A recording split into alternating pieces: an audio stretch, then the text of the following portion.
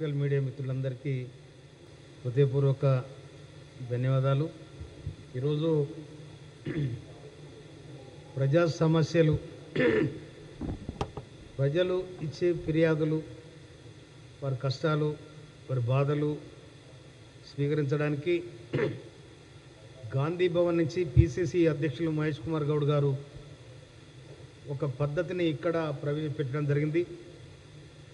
దాంట్లో భాగంగా ప్రతిరోజు ఒక ఎమ్మెల్యే రావాలి, వారానికి ఒకసారి మినిస్టర్ గారు రావాలి.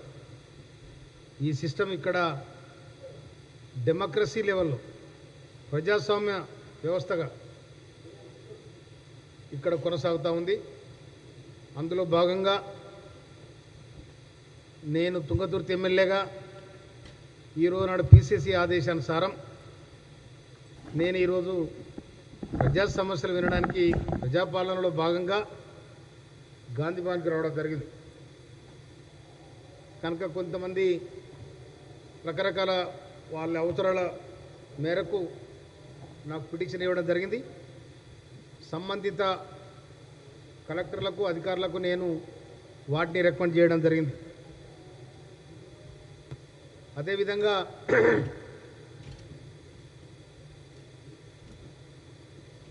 గత ప్రభుత్వం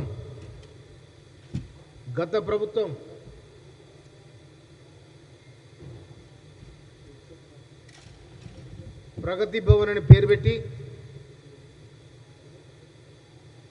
ఒక ఎమ్మెల్యే ముఖ్యమంత్రిని కలవాలంటే సంవత్సరాలు పట్టింది. ఒక ఎమ్మెల్యేని ప్రజలు కలవాలంటే అదొక జాగీర్దారు వ్యవస్థ అయింది. ఒక మంత్రిని కలవాలంటే అది ఒక జాగీర్దారు, అదొక ప్రజా వ్యతిరేక విధానంలో వాళ్ళు కొనసాగింది. అందుకోసమనే ఎన్నికల సందర్భంగా గౌరవనీయులు రాష్ట్ర ముఖ్యమంత్రి వర్యులు ఇది నేతృత్వ పాలన కాదు, ప్రజాపాలన సాగిస్తాం, ప్రజల చేత ప్రజల కొరకు ఎన్నుకోబడిన ప్రజాపాలన ఇది, ఈ ప్రజల పాలనలో మేము ప్రజలకు జవాబుదారీతనంగా ఉంటామని చెప్పి ఆనాడు ప్రకటించడం జరిగింది. దాంట్లో భాగంగానే ఇది ఒక గడిలాగా నిర్మించుకున్న ప్రగతి భవన్లు వాళ్ళు ఒక సంస్థానాధీశులుగా ఇది మా జాగీర్, ఇది మా వ్యవస్థ కనుక మేము చెప్పిందే వేదం అనే తరీకలో వాళ్ళు ఆనాడు పెట్టుకున్న పేరు ప్రగతి భవన్ ముంగట కూడా ప్రజలు తిరగకుండా మార్కెట్లు పెట్టడం జరిగింది. కానీ రాష్ట్ర ముఖ్యమంత్రి వర్యులు గౌరవ ముఖ్యమంత్రి రేవంత్ రెడ్డి గారు ప్రమాణ స్వీకారం చేసి 7 తారీఖు నాడు లాల్ బహదూర్ స్టేడియంలో 2023 డిసెంబర్ 7 తారీఖు నాడు లాల్ బహదూర్ స్టేడియంలో లక్షలాది ప్రజల సమక్షంలో ముఖ్యమంత్రిగా మంత్రులు ప్రమాణ స్వీకారం చేసిన తర్వాత వెంటనే ప్రగతి భవన్ ఉన్న గేట్లన్నీ కూడా ఆటంతలయ్యి నడిచిపోయినాయి. దాని పేరు మారింది, అది జ్యోతిరావు మహాత్మా పూలే ప్రజాభవన్గా నామకరణం చేయడం జరిగింది. అందులో భాగంగా మా రాజ్యం మేమే వ్యవస్థ అనుకున్న వాళ్లకు ఇవాళ మా బట్టి విక్రమార్క గారు, డిప్యూటీ సీఎం గారు, మీరు ఏదైతే వైభోగాలు అనుభవించారో, ఏ ప్రజలకు దూరమైనరో ఆ ప్రజల దగ్గర చేయడానికి అటుపక్కన బట్టి విక్రమార్క గారు, ఈ పక్కన ఉద్యమ నాయకురాలు మంత్రివర్యులు సీతక్క గారు ప్రజల కోసం, ప్రజల చేత ఎన్నుకోబడిన, ప్రజల డబ్బుతో నిర్మించబడిన ప్రజాభవన్లో ఇవాళ వారు ఉన్నారు, ప్రజల కోసం కాపలా ఉన్నారు. అది కాంగ్రెస్ పార్టీ ఎన్నికల సందర్భంగా ఇచ్చిన మాట. అది అదేవిధంగా కాంగ్రెస్ పార్టీ 140 సంవత్సరాల చరిత్ర కలిగిన పార్టీ. ఎక్కడ కూడా చెక్కు చెదరకుండా ఇప్పటి వరకు ఇంతవరకు నిలబడదంటే కాంగ్రెస్ పార్టీకి ఉన్న సంకల్పం, కాంగ్రెస్ పార్టీకి ఈ వ్యవస్థ మీద ఉన్న ఆలోచన 52లో స్వతంత్రం వచ్చిన తర్వాత మొట్టమొదటి ఎన్నికలలో 52 జరిగిన ఎన్నికలలో ప్రధానమంత్రిగా జవహర్లాల్ నెహ్రూ గారు ప్రధానమంత్రి అయి మనము బ్రిటిష్ వాళ్ళ కబందాస్తాలతో మనం తెగిపోయింది, మన స్వతంత్రం వచ్చింది, మన ప్రభుత్వాన్ని మనం ఏర్పాటు చేసుకున్నాం, ఈ దేశానికి ఏం చేయాలనేప్పుడు ఆనాడు పంచవర్ష ప్రణాళికలు తయారు చేసుకున్నారు. 5 సంవత్సరాల మనము నీటిపారుదల రంగాన్ని డెవలప్ చేసుకోవాలి, పారిశ్రామిక విధానాన్ని డెవలప్ చేసుకోవాలి, వ్యవసాయ రంగాన్ని డెవలప్ చేసుకోవాలి, ఉత్పత్తి రంగాన్ని డెవలప్ చేసుకోవాలి. అంచెలంచెలుగా ఈ దేశాన్ని ముందు వరుసలో నిలబెట్టింది జవహర్లాల్ నెహ్రూ కాంగ్రెస్ పార్టీ. ఇందిరాగాంధీ వచ్చిన తర్వాత పేదలకు కూడా అందుబాటులో ఉండాలని 69లో రాజభరణ రద్దు చేసి బ్యాంకులు జాతీయం చేసి ప్రజలకు చేరువైంది కాంగ్రెస్ పార్టీ. అదేవిధంగా భూ సంస్కరణ తీసుకొచ్చి సీలింగ్ చట్టాన్ని తీసుకొచ్చి పేదలకు భూములు పంచిన చరిత్ర కాంగ్రెస్ పార్టీకి ఉంది. కానీ ఇలా మోడీ ప్రభుత్వానికి ఏమున్నది? ఏం లేదు. కేసీఆర్ ముఖ్యమంత్రి అయినాడు, 60 సంవత్సరాల ఆంధ్ర వలస పాలన కింద నలిగిపోయిన తెలంగాణ ప్రజానికం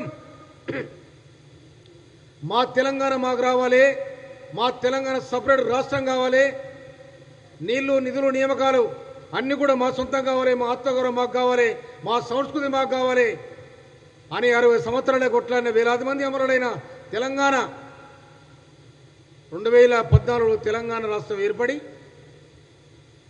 ముఖ్యమంత్రిగా కేసీఆర్ అయిన తర్వాత దళితులకు 3 ఎకరాల భూమి ఇస్తానండు, అది పోయింది. దళితులు ముఖ్యమంత్రి చేస్తానండు, అది పోయింది. ఏది చేయలేదు.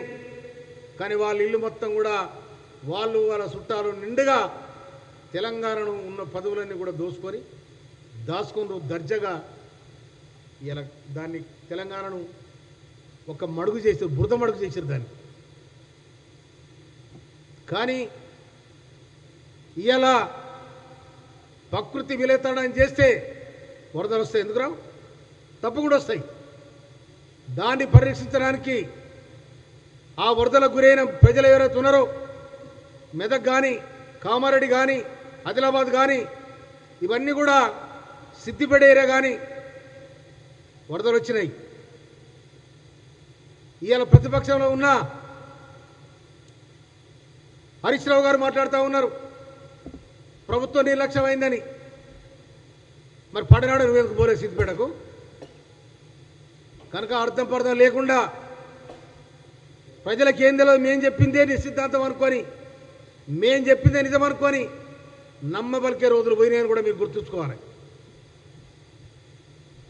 ఇలా అక్కడ వరదలు వచ్చి అతలాకుతలం అవుతుంటే ఇలా గౌరవ ముఖ్యమంత్రి రేవంత్ రెడ్డి గారు, నీటిపారుదల శాఖ మంత్రులు ఉత్తమ్ కుమార్ రెడ్డి గారు, సీతక్క, తర్వాత దామర రామనరసింహ గారు, పొంగులేటి శ్రీనివాసరెడ్డి గారు, మంత్రులు మొత్తం కూడా ఫీల్డ్లో ఉన్నారు. ఇవాళ ప్రజలకు ఎలాంటి నష్టం జరగకుండా చేయాలని మా హెలికాప్టర్ సరిపోదు, అందుకోసం మిలిటరీ హెలికాప్టర్ తెప్పని ఇవాళ బండి సంజయ్ తెస్తే అందరం కలిసి కూడా దాన్ని కంట్రోల్ చేయడం జరిగింది ముఖ్యమంత్రి చివరతోని. అది విడిచిపెట్టి నువ్వు మూసీ మీద మాట్లాడతావా, మూసీ సుందరీకరణ బాజాబ్తా మాట్లాడతారు, బరాబరి మాట్లాడతారు, బాజాబ్తా మాట్లాడతారు, బరాబరి మాట్లాడతారు. దాని మీద కూర్చొని మాట్లాడలే. ఆ ఇష్యూ వచ్చింది కాబట్టి మాట్లాడతాడు. తర్వాత నిన్ననే హెలికాప్టర్ వేసుకొని పోయి ప్రజల మధ్యలో ఉన్నాడు. ఇలా ఎల్లంపల్లి ప్రాజెక్టు మీరు ఎన్నడైనా పోయి రాడికి ఎల్లంపల్లి వరద ఎక్కడికి పోతుందో మీకు తెలుసా?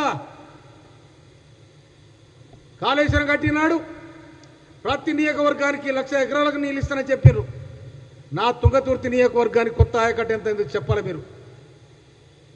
ఒక్క గుట్ట ఆయకట్టు కాలే మీ ద్వారా,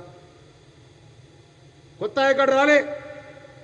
కనుక మీరు చెప్పేయని అబద్ధపు మాటలు, ఆచరణ సాధ్యంగా మాటలు, ఈ విధంగా తెలంగాణలో వేలాది మంది కొట్లాడి తెచ్చుకున్న తెలంగాణలో మీరు మంత్రులు అయినరు, ముఖ్యమంత్రి అయినరు. కానీ ప్రజలకు ఏమరిగింది? ఏం చేసింది మీరు? కాళేశ్వరం అందరూ కూలిపోయిందా? మీకు మీరు అంతరాత్మ చేసుకోండి, అంతరాత్మ పరిశీలన చేసుకోండి. ఎక్కడ ఆనాడు కీర్తి చేసులు గౌరవనీయులు ఆనాడు హోమ్ మినిస్టర్గా ఉండే నాయన నరసింహారెడ్డి గారు, ఆయన అంటుండే కాకతీయ కమిషన్, కాళేశ్వర కమిషన్ అంటుండే. అందుకనే సెకండ్ టైం ఆయన దగ్గరాని వీళ్ళు Kakatiya commission, mission Kakatiya, commission Kakatiya అంటుండే ఆయన. కనుక ఆనాడు దానికి నామకరణ చేసిండ్రు, అది మీరు సాధ్యం చేసిండ్రు. అందుకోసం కాంగ్రెస్ పార్టీ మేము ఇవాళ నియోజకవర్గంలో గంట వేస్ట్ కాకుండా రాత్రి వరకు నీ నియోజకవర్గంలో తిరిగి ప్రజల మధ్యలో ఉండి ప్రజల సమస్యలు విని, వరదలైంది, వానలైంది, అక్కడ ప్రజల అవస్థ ఏ విధంగా ఉన్నది, ప్రజలు ఏ విధంగా బాధపడుతున్నారు, లేకపోతే ప్రజలకు ఇబ్బందులు ఉన్నాయా లేవా అనే దాని మీద మేము గంట ప్రజల మధ్యలో ఉండి ఇవాళ ఈ ప్రజా సమస్యల మీద వినాలంటే ఇవాళ గాంధీ భవన్కు రావడం జరిగింది. అందుకోసమనే కేసీఆర్ కుటుంబం అది కోలుదోవిన పెడలాగైంది ఆ కొంప, కోలుదోవిన పెడలాగైంది ఆ కొంప. బిడ్డొక దిక్కు, అల్లుడొక దిక్కు, కొడుకొక దిక్కు, ఆఖరికి వీళ్ళందరూ పోయి కేసీఆర్ మెడ చుట్టుకుని ఇప్పుడు పాపం ఆయనకు నేచర్గా వచ్చిన జ్వరం కాదు, వీళ్ళ టెన్షన్లతో జ్వరాలు వచ్చినాయి, అనారోగ్యం పాలైంది. అది వాళ్ళ కర్మ. మీ కర్మ మీరు పెట్టుకొని కాంగ్రెస్ మీద మాట్లాడతారు వీళ్ళు. కాంగ్రెస్ పార్టీ ఎప్పుడైనా కూడా ప్రజల మధ్యన నిటారుగా నిలబడది. 70 ఏళ్ల కింద కట్టిన, 70 ఏళ్ల కింద నిర్మాణం చేసిన నాగార్జున సాగర్ డ్యామ్ చెక్కు చెదరు, దూరాల శ్రీశైలం ఇక్కడ కట్టిన ప్రాజెక్టు ఎక్కడ చెదరు, మూసి ఎక్కడ చెక్కు చెదరలే. కానీ మీరే కడితే మీ కళ్ళ ముందే కూలిపోతారు, దానికి నిండుగా అబద్ధం ఆడతారు. బీసీ ఘోష్ కమిటీ రేపు ప్రవేశపెట్టే దాని మీద అక్కడ చర్చ జరుగుతుంది, దానికి సమాధానం చెప్పాల్సి వస్తుంది. కనుక కాంగ్రెస్ పార్టీ రేపు స్థానిక ఎన్నికలకు పోయే సందర్భంలో కాంగ్రెస్ పార్టీ అధికారం వచ్చిన తర్వాత మొట్టమొదలు చెల్లెలకు, అక్కలకు అందరికి కూడా నిండుగా ఉచిత బస్సు సౌకర్యం కల్పించింది. ఆ తర్వాత పేదలైన బీదలైన అందరికీ 200 యూనిట్ల వరకు కరెంటు ఉచితంగా ఇచ్చినాం. ఒక్కొక్క ఊరు నుండి 1000 జనాభా ఉన్న ఊరు నుండి కరెంటు బిల్లుల రూపంలో ఇవాళ దానికి ఎలక్ట్రిసిటీ డిపార్ట్మెంట్ కార్పొరేషన్కు ₹1,00,000 కడతా ఉన్నాం. పెద్ద ఊరైతే 2 లక్షలు, ఇంకా పెద్ద ఊరైతే 3 లక్షలు. ఈ విధంగా ఉచిత కరెంట్ ఇస్తా ఉన్నాం. తర్వాత ఇవాళ సన్నబియ్యం, నీ చరిత్రలో సన్నబియ్యం మీరు వచ్చిన తర్వాత ఇచ్చిన దొడ్డు బియ్యం ఏదైతే ఉన్నదో మీ నాయకులు, మీ ఎమ్మెల్యేలు, వ్యాపారస్తులు అందరూ కలిసి ఏజెంట్లు పెట్టుకొని ఆ బియ్యాన్ని ఒక్కసారి జమ చేసుకొని లారీలు ఎత్తుకపోయి కాకినాడ ఎయిర్పోర్ట్ దగ్గర మీరు ఎక్స్పోర్ట్ చేసి లాభాలు తీసుకొని ప్రజల జీవితాలతో ఆడుకున్న మీరు. కానీ కాంగ్రెస్ ప్రభుత్వం ఆహార భద్రత కల్పిస్తారనే ఒక సంకల్పంతోని సోనియా గాంధీ గారు ఇచ్చిన మాట ప్రజలకు ఆహార భద్రత కల్పించాలి, పని భద్రత కల్పించాలి అనే దాని మీద 2004లో మన్మోహన్ సింగ్ గారు ప్రధానమంత్రి అయినాడు. ఇదే చేవెళ్ల నియోజకవర్గం ఆలూరులో మహాత్మా గాంధీ జాతీయ ఉపాధి పథకాన్ని ప్రారంభించడం జరిగింది. దాదాపు ఇవాళ భారతదేశంలో ఉండబడిన గ్రామీణ ప్రాంతంలో ఉండబడిన దాదాపు 70-80 కోట్ల జనాభా ఇవాళ పొద్దున పరిహార పథకాన్ని పోయి వాళ్ళు 10వ పరుకు సంపాదించుకుంటా ఉన్నారు. కనుక ఆహార భద్రత కల్పించాలనే అందులో భాగంగానే గౌరవ ముఖ్యమంత్రి రేవంత్ రెడ్డి గారు, ఉత్తమ్ కుమార్ రెడ్డి గారు ఇద్దరు కలిసి ఉగాది పండుగ నాడు ఉత్తమ్ కుమార్ రెడ్డి గారి నియోజకవర్గం హుజూర్నగర్లో సన్నబియ్యానికి స్వాగతం పలికి అక్కడ పేదలందరూ కూడా రేషన్ కార్డు ఉన్న ప్రతి తెల్ల రేషన్ కార్డు ఉన్న ప్రతి పేదవాళ్ళకు కూడా 6 కిలోల బియ్యం ఇచ్చి ఇలా ఆదుకుంటా ఉంది. ఇంట్లో 5 మంది ఉంటే 30 కిలోల బియ్యం ఇస్తా ఉన్నాం. జూలై 14 తారీఖు నాడు తుంగతుర్తి నియోజకవర్గం తిరుమలగిరిలో వేలాది మంది సమక్షంలో రాష్ట్రానికి సంబంధించిన రేషన్ కార్డుల పంపిణీ కార్యక్రమాన్ని ముఖ్యమంత్రి వారి స్వస్థాల మీదుగా నా తుంగతుర్తి నియోజకవర్గంలో ప్రారంభించడం జరిగింది. వారికి ధన్యవాదాలు తెలియజేస్తా ఉన్నాం. అందుకోసమనే కాంగ్రెస్ పార్టీ ప్రజల పక్షాన, రైతుల పక్షాన, ఎస్సీ ఎస్టీల పక్షాన, బీసీల పక్షాన నిలబడ్డ పార్టీ కాంగ్రెస్ పార్టీ. అందుకోసమనే రేపు తర్వాత నా నియోజకవర్గానికి 200 కోట్ల రూపాయలతో ఇంటిగ్రేటెడ్ స్కూల్ శాంక్షన్ అయింది. అదేవిధంగా రెడ్డి స్కూళ్ళల్లో చదువుతున్న పిల్లలకు మెస్ ఛార్జీలు పెంచడం జరిగింది 40%. ఆడపిల్లలకు 300% కాస్మెటిక్ ఛార్జీలు పెంచడం జరిగింది. కనుక ఇయ్యాల 9,000 కోట్ల రూపాయలు 9 రోజులల్లో రైతుల ఖాతాలేసి రైతుకు భరోసా కల్పించిన ఘనత కూడా కాంగ్రెస్ పార్టీది. 21 లక్షల కోట్ల రూపాయలు 26 లక్షల మంది రైతులకు రుణమాఫీ చేసిన చరిత్ర కాంగ్రెస్ పార్టీది. అందుకోసమని ఇవన్నీ ఉన్నాయి కాబట్టి రేపు స్థానిక సంస్థలల్లో ఖచ్చితంగా కాంగ్రెస్ పార్టీ బ్రహ్మాండమైన మెజార్టీతోని గ్రామ పంచాయతీని కైవసం చేసుకుంటాం, స్థానిక సంస్థలను కూడా కైవసం చేసుకుంటాం మనం చేస్తున్నాం. ఎందుకంటే రాష్ట్ర మంత్రివర్గం, రాష్ట్ర ముఖ్యమంత్రి వర్యులు అందరూ కూడా సంకల్పంతో ఉన్నారు. ఇవాళ రాష్ట్ర ప్రభుత్వాన్ని అన్ని రాష్ట్రాలకు, భారతదేశంలో ఉండబడిన 29 రాష్ట్రాలలో తెలంగాణ రాష్ట్రం ముందు వరుసలో ఉందని కూడా ప్రగతి పదవిలో నడుస్తుంది, ప్రజాపాలన నడుస్తుంది, ప్రజల చేత ప్రజల కోసం ఎన్నుకోబడిన రాజ్యం. కాబట్టి ఈ రాజ్యాన్ని రేవంత్ రెడ్డి గారి ప్రభుత్వం, వారి మంత్రివర్గం అందరూ కూడా సహచర మంత్రులతో కలిపి సోనియా గాంధీ, రాహుల్ గాంధీ ఇచ్చిన ఆదేశం, వారిచ్చిన వరంగల్ డిక్లరేషన్ కానీ లేకపోతే ఇంకే డిక్లరేషన్ చేసిన చేవెల డిక్లరేషన్, ఇవాళ చేవెల డిక్లరేషన్లో 2018లో రాహుల్ గాంధీ గారు ఏబిసిడి వర్గీకరణ చేస్తామని చెప్పారు.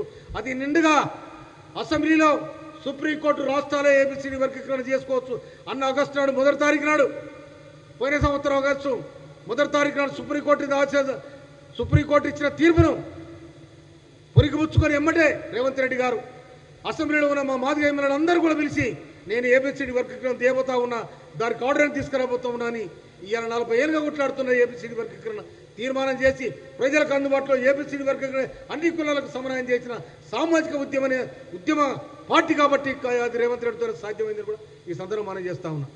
ఇవాళ రాహుల్ గాంధీ ఇచ్చిన బీసీ కులగణన ఏతుందో ఇవాళ బీసీ కులగణన చేసి బీసీలకు ఆత్మధైర్యాన్ని నింపిన కాంగ్రెస్ పార్టీ రేవంత్ రెడ్డి గారి ప్రభుత్వం. అందుకోసమనే ఇవాళ బీసీలు, ఎస్సీలు, ఎస్టీలు, రైతాంగం అందరు కూడా